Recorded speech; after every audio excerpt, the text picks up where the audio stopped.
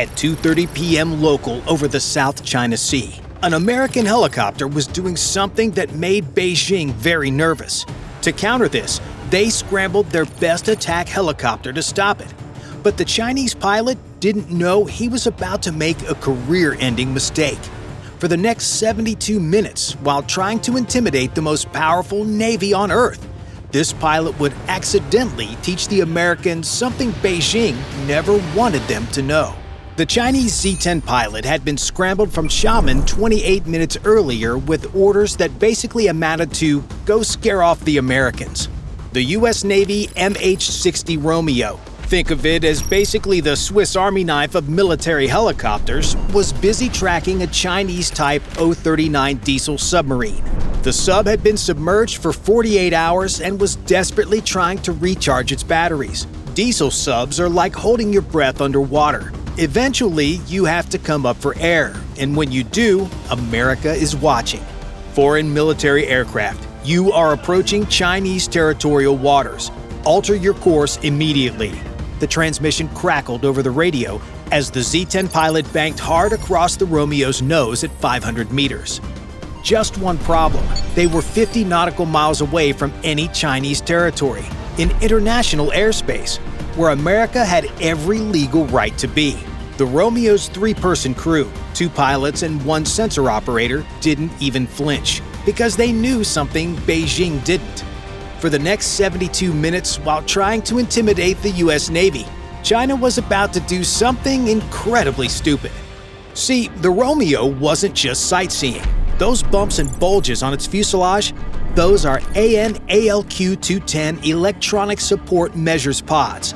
Think of them as digital vacuum cleaners, sucking up every electronic emission from that Z-10. Radar frequencies, communication protocols, engine harmonics, everything was being cataloged while the Chinese pilot thought he was being intimidating. The Z-10 you see flying around here is what happens when you order an Apache helicopter from Wish. Built with leftover Russian design assistance from the 1990s, when Russia needed cash and China needed helicopters, sure, it looks intimidating with its angular design. But so does a Toyota Camry with a body kit. Beijing's pilot fired 2 flares around the Romeo. This wasn't an attack, it was theater. The aviation equivalent of a chihuahua barking at a pit bull. The American crew's response? They pointed their dipping sonar directly at the submarine below. The message was crystal clear: "We still see your friend down there." The submarine, realizing it was still being tracked despite the aerial interference, crash-dived in a panic. It made so much noise, cavitation from the emergency dive, hull popping from pressure changes, that sensors across the entire carrier strike group heard it. In submarine warfare, noise equals destruction, and the Chinese pilot had just punched his own submarine's ticket while trying to protect it, if this had been a real war. But Beijing's pilot was about to discover something worse. Much worse. At 2:48 p.m., after 18 minutes of failed intimidation, the Chinese pilot finally thought he'd achieved something. His fire control radar got a lock on the Romeo. The warbling tone in his headset meant he could finally simulate an engagement. That confidence lasted exactly 3 seconds. That's how long it took for Americans to stop laughing and flip a switch. What happened next was the electronic warfare equivalent of bringing a super soaker to fight Navy SEALs. A nearby EA-18 Growler started blasting the Z-10 with electromagnetic energy using its ALQ-99 jamming pods. Suddenly, the Chinese pilot's radar looked like a TV screen with no signal. His lock didn't just disappear. The American helicopter appeared to split into 12 different contacts. Some were flying backwards, others were apparently teleporting. One showed up inside his own cockpit. This is what happens when 1990s Russian hand-me-down technology meets modern American electronic warfare. The ALQ-99 doesn't just jam radars, it makes them hallucinate. It's frequency agile, hopping across the electromagnetic spectrum faster than the Chinese radar can follow. While Beijing's pilot was looking on one frequency, the jamming had already moved to 50 others. But it got worse. What appeared on his threat display next gave him goosebumps. The U.S. carrier strike group had just lit him up with their spy radars. That's like having the Eye of Sauron suddenly notice you exist. FA-18 Super Hornets were already launching from the carrier deck, not to engage, but to remind Beijing that this Romeo wasn't alone. It had the entire U.S. Pacific Fleet behind it. The Chinese pilot tried everything, switching frequencies, increasing power, even turning his radar off and on again. Nothing worked. The Romeo's electronic warfare suite operates across multiple bands simultaneously, creating what specialists call the full spectrum dominance experience, or what Chinese pilots call, "oh no." Meanwhile, the American crew remained so calm they were probably discussing lunch plans. They knew in exactly 4 minutes the situation would get even more embarrassing for China. The Romeo's pilot decided to send another message, a slight bank to point the dipping sonar at the submarine below. The submarine, still being tracked despite all the aerial interference, was now making desperate evasion turns. Each turn created more noise. More noise meant better tracking. The Chinese pilot wasn't helping one bit.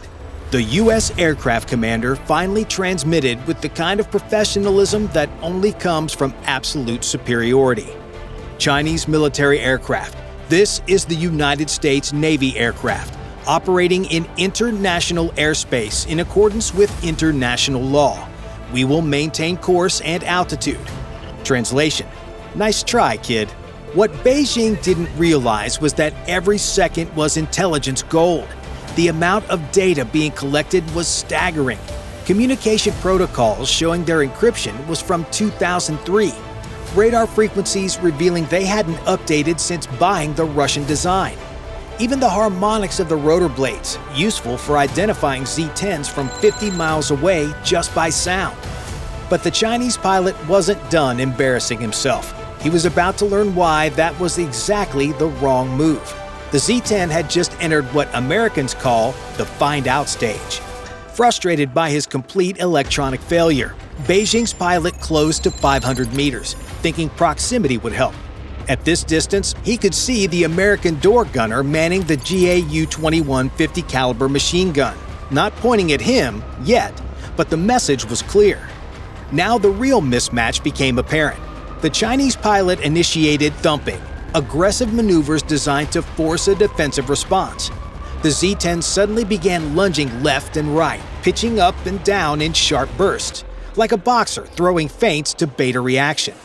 Each move tried to shove the Romeo into a bad firing position, but the tight turns tanked its airspeed and pushed the Z-10's airframe to its G limit. The Romeo, built on the Black Hawk's proven airframe, can pull significantly higher G loads while maintaining stable flight.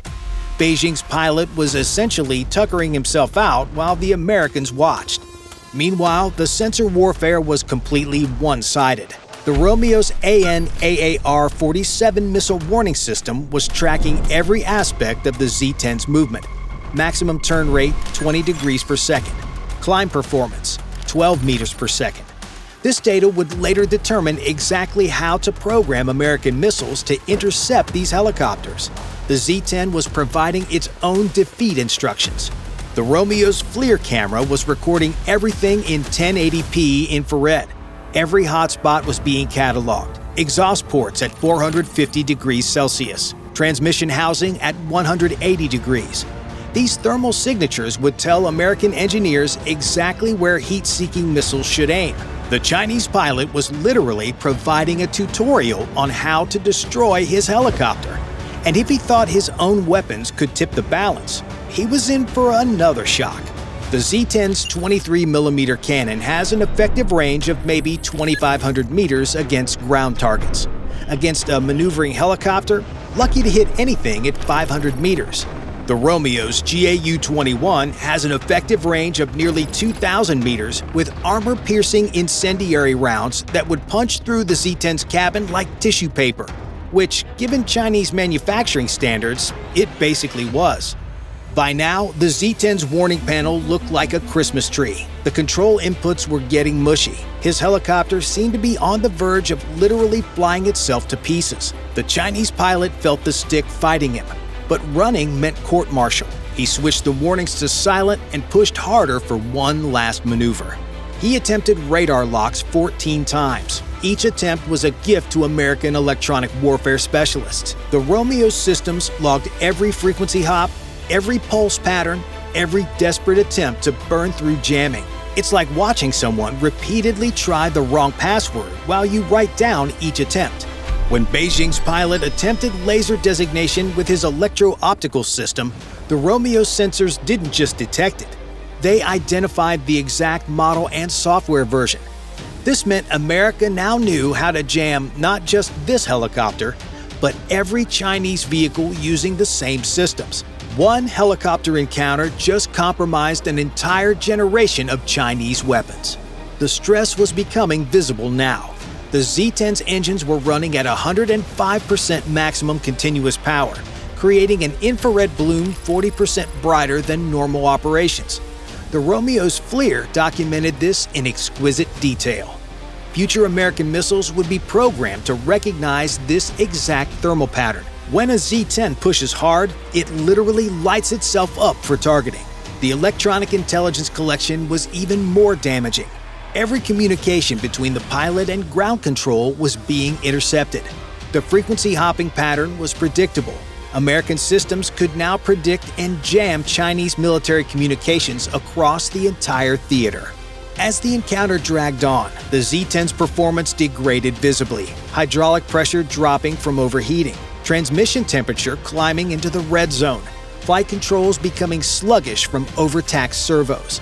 The helicopter was literally defeating itself through overexertion. At 3:42 p.m., the Chinese pilot watched the Romeo's dipping sonar splash into the water again. The submarine below was still being tracked. After 72 minutes, he hadn't moved the Americans an inch.